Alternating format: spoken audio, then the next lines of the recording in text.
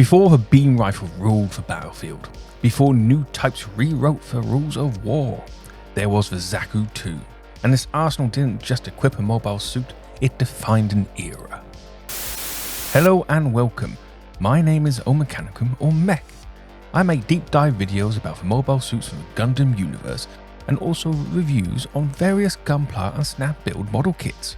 And in today's video, let's talk about the iconic, the specialized, and the experimental tools of war that made the Zaku II more than just a mobile suit, but a symbol of Zeon's might.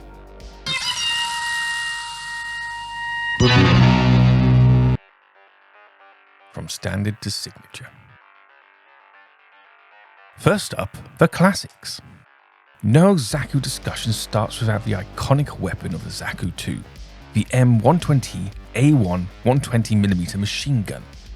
A standard issue weapon of the Zaku II. As the name suggests, it fires 120mm rounds, which were fed by a 100-round drum magazine. Its high rate of fire and ease of production made it favoured across all war fronts and against early type EFF mobile suits or even ships. It had enough firepower to demand respect. However, it wasn't very effective against heavy armour and was useless against lunar titanium, but it looks cool and gives me the Lewis gun vibes. Then came the Heat Hawk Type 5. More than just a melee weapon, it became a symbol of war, brutal in close quarters and terrifying to those who saw it coming. An axe-shaped weapon, it uses a superheated blade to cleave through EFF mobile suit armour or vehicles. The thermal energy needed to heat the axe blade is generated by the Zaku II's own reactor and is passed through the mobile suit's hands.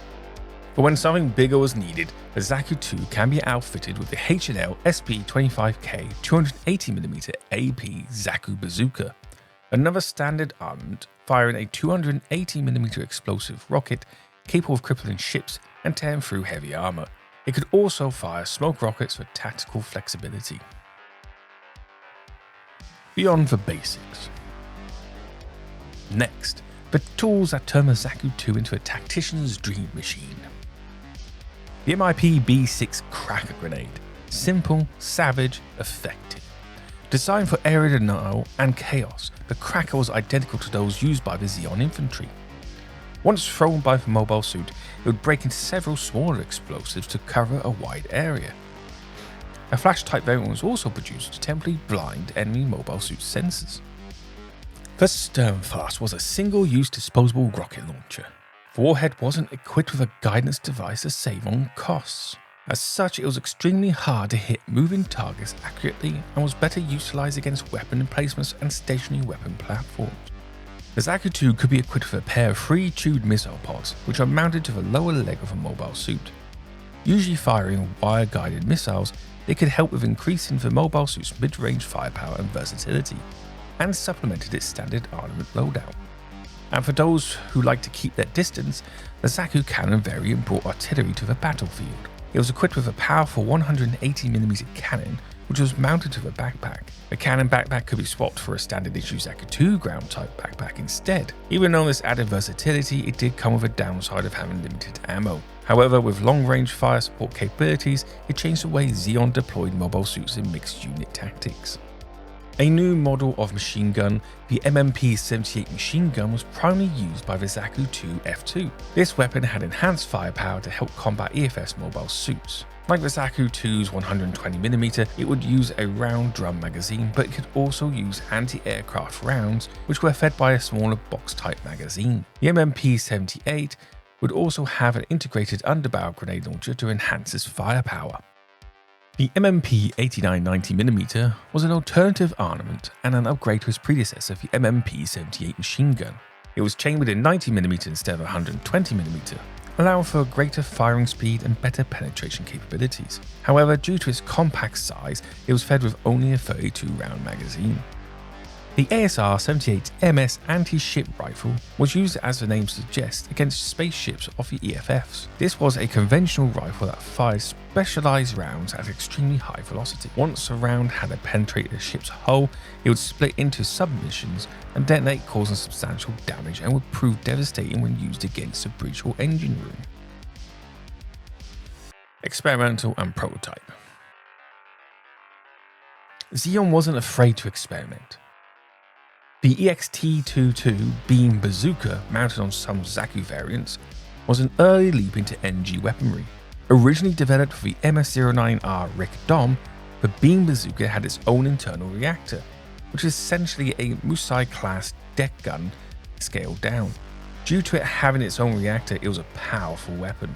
However, it could only do one powerful sustained blast or several short bursts before needing a 10-minute recharge.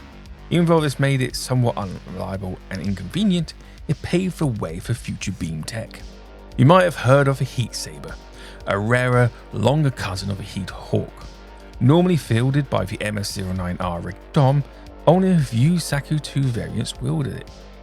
Just like the Heat Hawk, the Heat Saber used thermal energy to heat up its rod so that it could melt through enemy armor.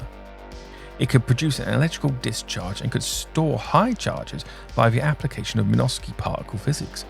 Unlike the Heat Hawk, the heat rod would degrade over time and would be discarded once used up. As such, this weapon became a symbol that would mark the pilots of Zaku II as a veteran or a melee specialist. This was a weapon borrowed from the MS-05L Zaku I sniper type and would be fielded by the Zaku II F2. Unfortunately, the F2 sensors weren't designed for sniping, and as a result, it wasn't very accurate. Also, as the F2's reactor couldn't produce enough power for the rifle, an external auxiliary reactor had to be used. As such, this weapon didn't see much action in combat. The double bazooka was essentially two H&L SP25K 280mm AP Zaku bazookas strapped together.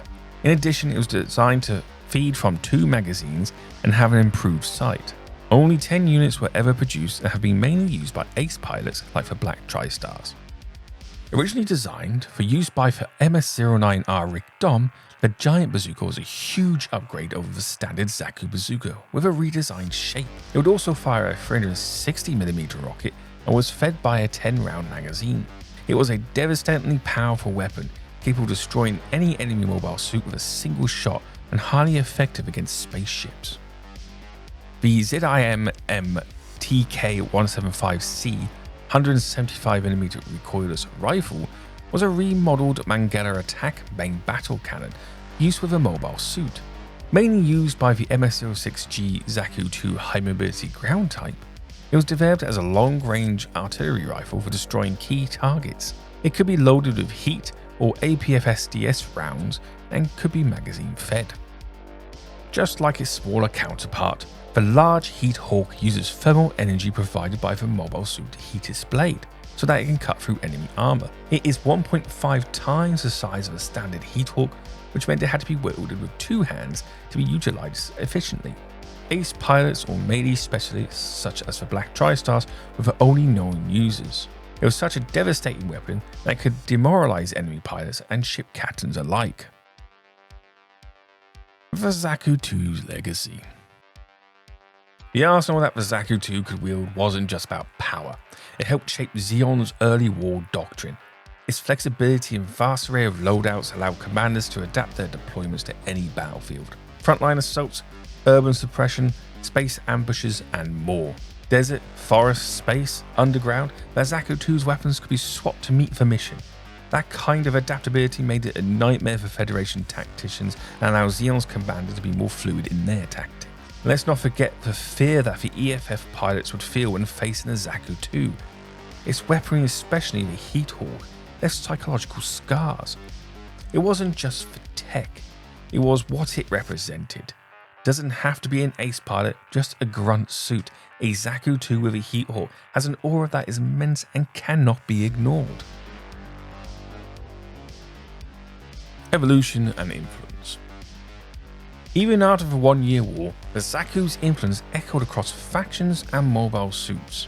Weapons like the Giradogger's machine gun or even Federation tech borrowed ideas first tested on the Zaku loadouts. And in the real world, Zaku weapons are everywhere. Model kits, games, merch, fans cannot get enough.